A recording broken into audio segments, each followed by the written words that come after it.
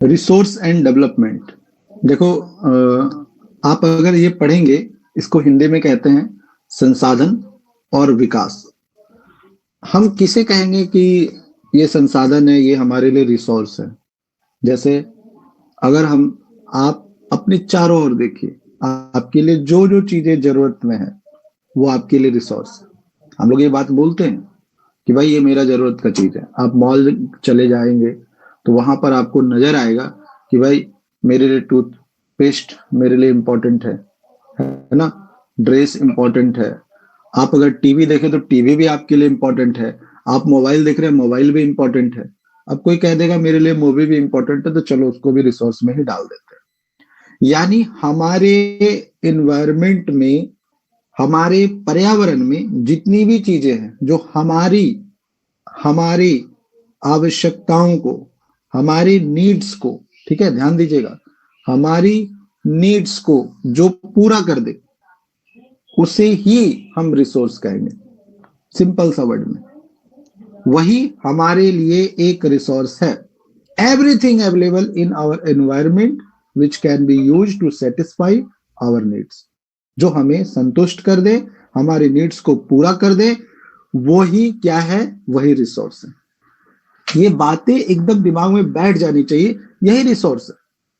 कोई बड़ी बात नहीं है कि रिसोर्स क्या है भाई, बताया जाए। रिसोर्सेस किसे कहेंगे, रिसोर्स किसे कहेंगे, संसाधन किसे कहेंगे, लोग इसको डाउट में रखते हैं। यहाँ डाउट से क्लियर हट जाना है कि everything available in our environment, सारी चीजें एनवायरमेंट में अवेलेबल है, जो हम जो जिसे हम यूज करके हम सेटिस्फाई हो, जो हमारी जरूरतों को पूरा कर दे, वही है हमारे लिए रिसोर्स।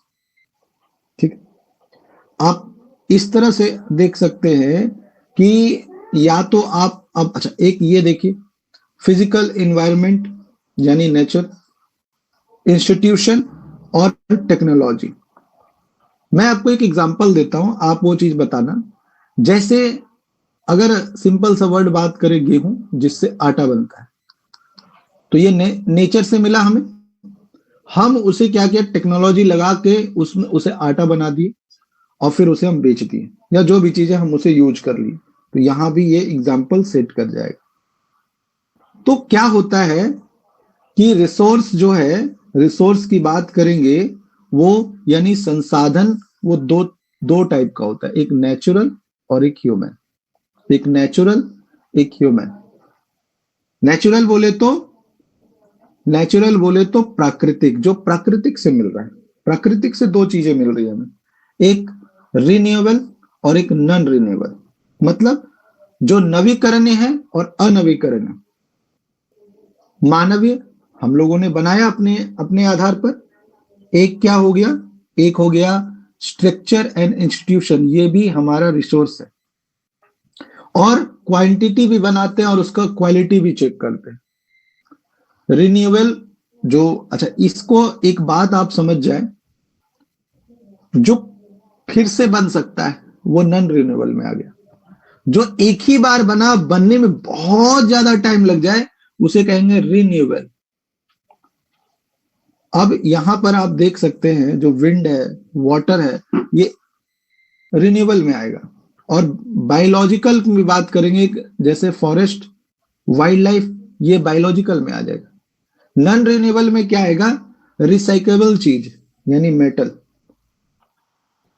और जो भी फ्यूल्स हम देखते हैं वो सारी की सारी चीजें इसमें नॉन रिन्यूएबल, मतलब दोबारा नहीं आ सकती। रिन्यूएबल दोबारा आ सकता है, आप हवा कभी खत्म नहीं होगा, पानी खत्म हो सकता है ऐसा कहेंगे, लेकिन ये सारी चीजें आती है रिसोर्स में, जो हम लोग यूज कर सकते हैं। ये रिसोर्स की बात करेंगे तो ये देखो, 1 2 3 4 पॉइंट है। चारों पॉइंट के आधार पर हम लोगों ने बांटा। पहला क्या किया, on the basis of origin, उत्पत्ति के आधार पर, एक बायोटिक और अबायोटिक, जैव और अजैव। खत्म होने के आधार पर भी हमने बांटा, रिन्यूएबल और नॉन रिन्यूएबल। ऑनरशिप के आधार पर बांटा कि किसी का इंडिविजुअल है, कोई कम्युनिटी पे है, किसी का नेशनल पे है, किसी का इंटरनेशनल। जैसे एग्जांपल, आपके आपके घर में जो दुकान है या आपका जो दुकान है वो आपका इंडिविजुअल आ गया। हो सकता है एक कम्युनिटी, एक संस्था, एक एनजीओ जो है किसी का, वो कम्युनिटी का आ गया। अगर हम एक बात करेंगे, रेल, हमारे इंडिया का रेल है, रेलवे, वो नेशनल में आ गया, इंटरनेशनल में भी बहुत सारी चीजें जिसमें सारे देशों का राइट होता है। और स्टेटस ऑफ डेवलपमेंट, पोटेंशियल, हो सकता है कि वो बढ़ने के कगार पे हो, वो बढ़ गया हो, डेवलप्ड हो गया हो, स्टॉक और रिजर्व, ये सब चीजों के बारे में धीरे धीरे हम लोग पढ़ेंगे। लेकिन ये क्वेश्चन आपके एग्जाम में जरूर आएगा कि रिसोर्स को हम लोग क्लासिफाइड जो करते हैं वो किस किस आधार पर करते हैं, कौन सा वेज होता है, कौन सा बेस होता है, ठीक है, कौन सा बेस होता है। अब यहां पर जो है आपके लिए डेवलपमेंट ऑफ रिसोर्स, संसाधनों का विकास, मनुष्य के लिए क्या है, जो भी मनुष्य है उसके लिए सबसे इंपॉर्टेंट चीज होता है, वो सरवाइव करता है, जीवन को चलाता है, तो उसके लिए रिसोर्स चाहिए।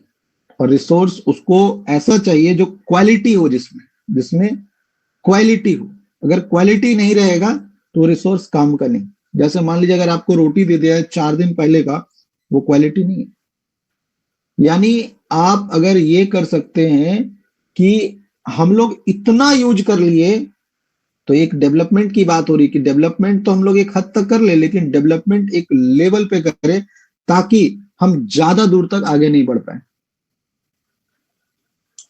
अंधाधुंध अगर हम यूज कर रहे हैं तो कुछ कुछ हमें प्रॉब्लम आ जाएगा। जैसे मान लीजिए किसी के पास बहुत ज्यादा पैसा आ गया, अब वो ना एक बार में पूरे मंडी का सब्जी खरीद लेता है, सब्जी तो सड़ जाएगी, वो तो यूज नहीं कर पाएगा, बाकी के लिए सब्जी यूज नहीं हो पाएगा, बाकी उसे ले नहीं पाएंगे।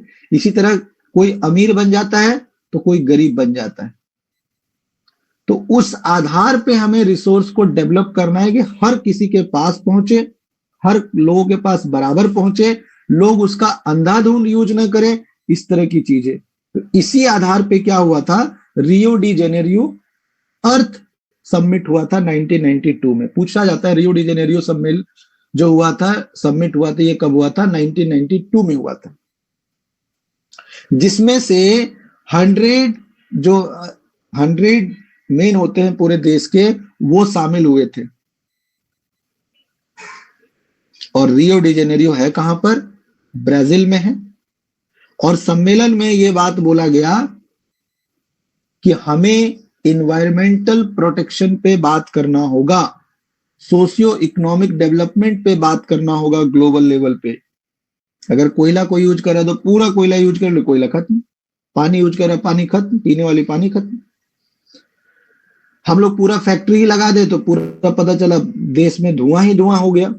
तो हर तरह की चीजों को देखते हुए ये सम्मेलन किया गया और बनाया गया एजेंडा 21, एडॉप्ट किया गया एजेंडा 21। एजेंडा 21 क्या है, तो एजेंडा 21 की बात करेंगे हम लोग यहां पर, जो 1992 के ब्राजील में ये लाया गया। पर इसमें बोला गया United Nation Conference on Environmental and Development, UNCED लाया गया। और इसमें बोला गया कि क्या क्या करना है और क्या क्या नहीं करना है, ताकि गरीबी हट जाए, ताकि जो गरीबों के साथ हो रहा है, मतलब उसके कुछ भी चीजें, मतलब आप सोचिए कि जो रिसोर्स है वो सब पर बराबर तरह के बराबर पहुंचे। जो इन्वायरमेंटल डैमेज हो रहा है उसको रोका जाए, डिजीज को रोका जाए, बीमारी रोके, मतलब हर तरह कॉमन जो चीज है, हर तरह की चीजें यहाँ पे इसमें लाई गई। एक एजेंडा 21 ये तैयार किया गया। अब हम लोग इसमें बात कर सकते हैं कि जो ह्यूमन है उसको इक्वल मिले, इक्वल डिस्ट्रीब्यूट, मतलब डिस्ट्रीब्यूट हो, वो संसाधन बराबर बराबर भागों में बांटे जाए, हर किसी के पास हो, ताकि उसका अच्छा यूज कर ले। किसी के पास बहुत ज्यादा रिसोर्स है, वो यूज नहीं कर रहा है, किसी के पास रिसोर्स ही नहीं है, वो यूज ही नहीं कर पा रहा, वो उसका काम ही नहीं आ पा रहा, उसके पास है नहीं तो यूज कहां से करेगा। तो इस तरह की चीजें हैं, इसीलिए लाया गया रिसोर्स प्लानिंग, यानी संसाधन नियोजन, कि किस तरह से एक प्लान किया जाए ताकि लोग इसका अच्छे से यूज, ज्यादा इसमें डिफरेंट नहीं हो, किसी के पास ज्यादा किसी के पास कम, ये बातें जो मैं ऊपर से कहते आ रहा हूं। जैसे इंडिया को आप देख ले, इंडिया में किसी के पास बिल्डिंग पे बिल्डिंग है ना, और किसी के पास झोपड़ी तक बिल्डिंग है। तो ये तो कितना बड़ा रिसोर्स, किसी के पास करोड़ों रुपया है, अरबों रुपया है, लेकिन किसी के पास अच्छे से 1,000 रुपीज भी नहीं। तो इस तरह की चीजें आप स्टेट में भी देख लो, झारखंड के पास बहुत ज्यादा कोयला है, छत्तीसगढ़ के पास बहुत ज्यादा कोयला है, लेकिन आप राजस्थान चले जाओ वहां कोयला ही नहीं, वहां पर बोल, आप राजस्थान चले जाओ तो वहां पर क्या है, वहां पर आपको हवा मिलेगा, विंड मिलेगा, लेकिन वहां पानी नहीं मिलेगा।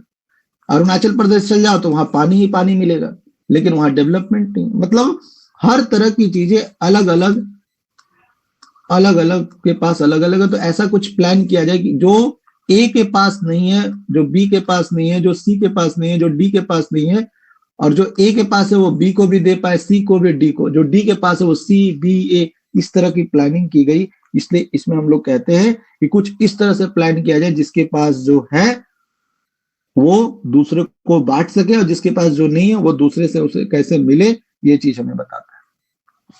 ठीक है, तो आगे हम लोग जो चैप्टर में पढ़ने वाले हैं, इसके लिए आप नेक्स्ट पार्ट 2 में बनेंगे हमारे साथ, जिसमें हम लोग पढ़ेंगे रिसोर्स प्लानिंग के बाद आगे का पॉइंट।